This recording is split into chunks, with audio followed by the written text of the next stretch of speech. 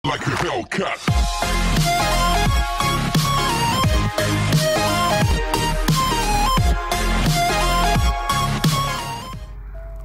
Assalamualaikum warahmatullahi wabarakatuh.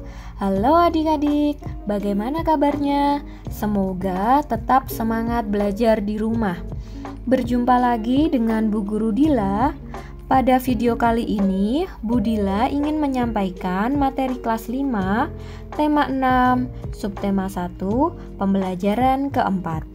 Langsung saja kita simak videonya. Pengaruh interaksi manusia dengan lingkungan alam. Manusia mengandalkan lingkungan alam untuk memenuhi kebutuhan hidupnya. Lingkungan alam yang berupa pegunungan, dataran tinggi, hutan, pesisir, lautan, hingga sungai banyak dimanfaatkan manusia untuk memenuhi kebutuhannya. Sungai merupakan aliran air dari hulu ke hilir yang berperan penting untuk menjaga keberlangsungan hidup manusia. Lalu, apa saja manfaat sungai bagi manusia? Manfaat sungai bagi manusia yang pertama adalah sebagai sumber irigasi. Sungai juga dimanfaatkan oleh petani untuk mengairi sawah-sawah di daerah pegunungan. Biasanya lahan pertanian tersebut dibuat miring atau terasering sehingga air sungai dapat mengaliri tanaman. Petani pun tidak perlu susah mengangkut air untuk kebutuhan tanamannya. Manfaat sungai yang kedua sebagai sumber air bersih. Sungai dimanfaatkan sebagian masyarakat untuk memenuhi kebutuhan sehari-hari, seperti untuk minum, mandi, mencuci, dan kebutuhan lainnya. Namun, saat ini sulit sekali mendapatkan air bersih yang layak dikonsumsi. Beberapa sungai sudah terkontaminasi polutan yang membutuhkan pengolahan lagi agar bisa digunakan. Manfaat ketiga dari sungai adalah sebagai pembangkit listrik.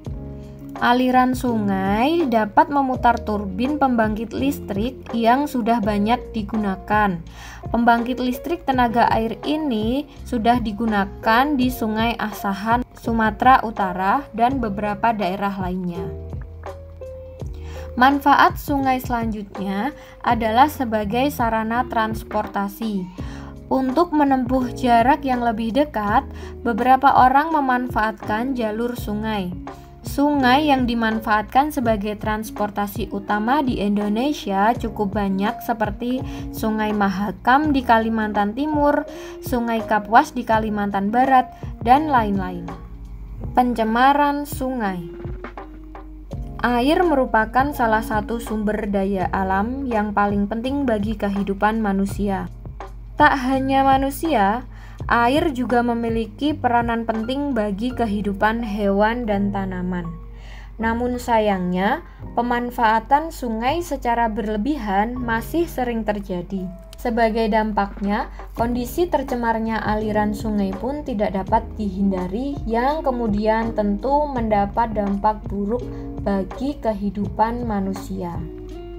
Lalu, apakah yang menyebabkan sungai menjadi tercemar? Penyebab pencemaran sungai yang pertama, sampah dan limbah pabrik. Beberapa pabrik telah tertangkap membuang limbah ke sungai maupun ke laut.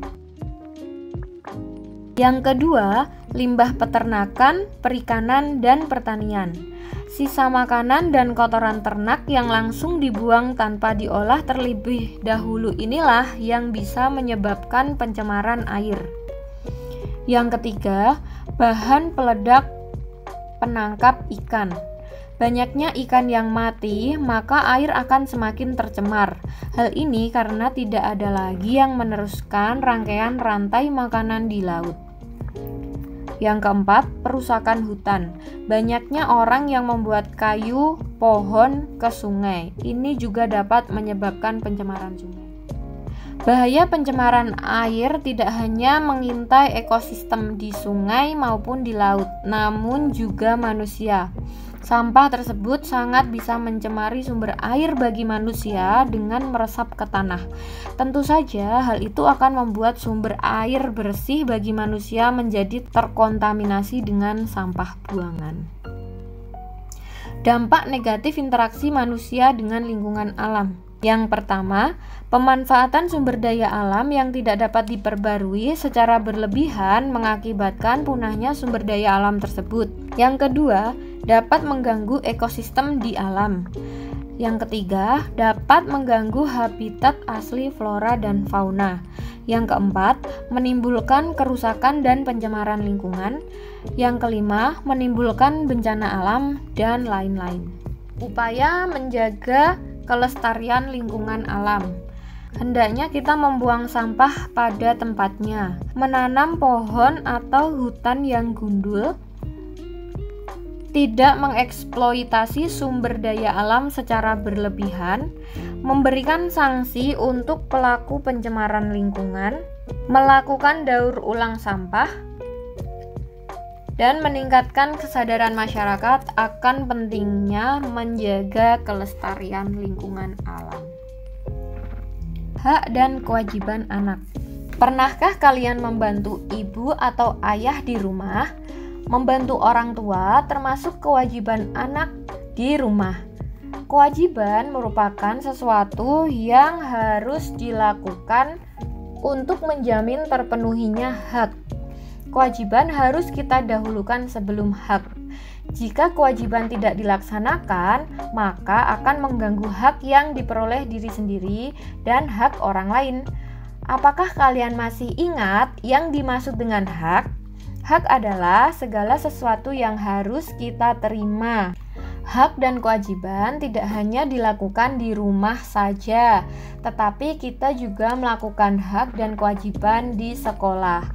Nah, berikut ini contoh-contoh hak dan kewajiban anak di rumah maupun di sekolah. Yang pertama, hak dan kewajiban anak di rumah.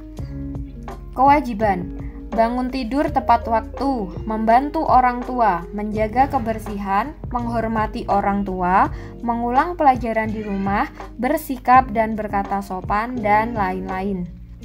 Hak anak di rumah antara lain mendapat kasih sayang, mendapat perlindungan, memiliki kesempatan untuk bermain, mendapat bimbingan saat belajar, mendapat kesejahteraan hidup, dan lain-lain. Hak dan kewajiban siswa di sekolah. Kewajiban siswa di sekolah antara lain menjaga ketertiban dan keamanan, mengikuti aktivitas pembelajaran, menjaga sarana dan prasarana pendidikan, menghormati guru dan menyayangi teman, menjaga kebersihan lingkungan sekolah, datang ke sekolah tepat waktu, menaati peraturan sekolah. Hak siswa di sekolah: mendapatkan pendidikan yang layak, menggunakan fasilitas sekolah, mendapatkan bimbingan dari guru, mendapatkan perlakuan yang baik dari guru dan teman, dan lain-lain. Sekian materi pembelajaran 4 yang dapat Budila sampaikan. Semoga adik-adik dapat memahami dan tetap semangat untuk belajar di rumah. Apabila ada pertanyaan, kalian bisa menyampaikannya melalui email, WhatsApp, maupun komen di YouTube channel Bu Guru Dila. Sampai jumpa. Wassalamualaikum warahmatullahi wabarakatuh.